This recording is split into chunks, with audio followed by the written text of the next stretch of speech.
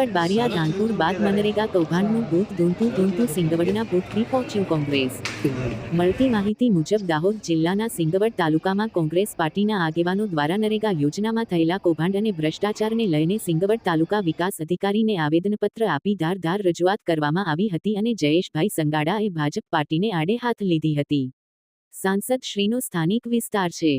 જયેશ સંગાડાએ જણાવ્યું કે સાંસદ શ્રી આપ ધ્યાન નહીં આપો તો આ સ્થાનિક ભાજપના નેતાઓ તથા સ્થાનિક તંત્ર તમારી સત્તા ખાઈ જશે. આવેદનપત્ર આપ્યા પછી કોઈ પગલાં ના લેવામાં આવે તો આવનારા સમયમાં ગાંધી ચિંધ્યા માર્ગે આંદોલન અને ધરણા પ્રદર્શન કરવાની ચીમકી ઉચ્ચારી હતી અને બુધખેડી ગુપ ગ્રામ પંચાયતમાં થયેલ ભ્રષ્ટાચારની વાત કરવામાં આવી હતી અને વર્તમાન સાપમાં આવેલ સમાચાર જેમાં બુધખેડી પંચાયતમાં રાતોરાત 7 જેટલા સ્ટોન બંધ બનાવવા શરૂ કરવામાં આવ્યા છે તો અત્યારે વહીવટી મંજૂરી આપવામાં આવી નથી તો કેવી રીતે બને છે તેવો પ્રશ્ન તાલુકા વિકાસ અધિકારીને કર્યો હતો અને તપાસની માંગણી કરવામાં આવી હતી. તેમાં ઉપસ્થિત યુવા નેતા જયેશભાઈ સંગાડા, કોંગ્રેસ પાર્ટીના કાર્યકારી પ્રમુખ રમસુભાઈ હઠીલા, સરતનભાઈ મચ્છાર જેવા અનેક આગેવાનો હાજર રહ્યા હતા અને તાલુકા વિકાસ અધિકારી મેહુલભાઈ ભગોરા દ્વારા તપાસ કરી યોગ્ય કાર્યવાહી કરવાની બાંહેધરી આપી હતી.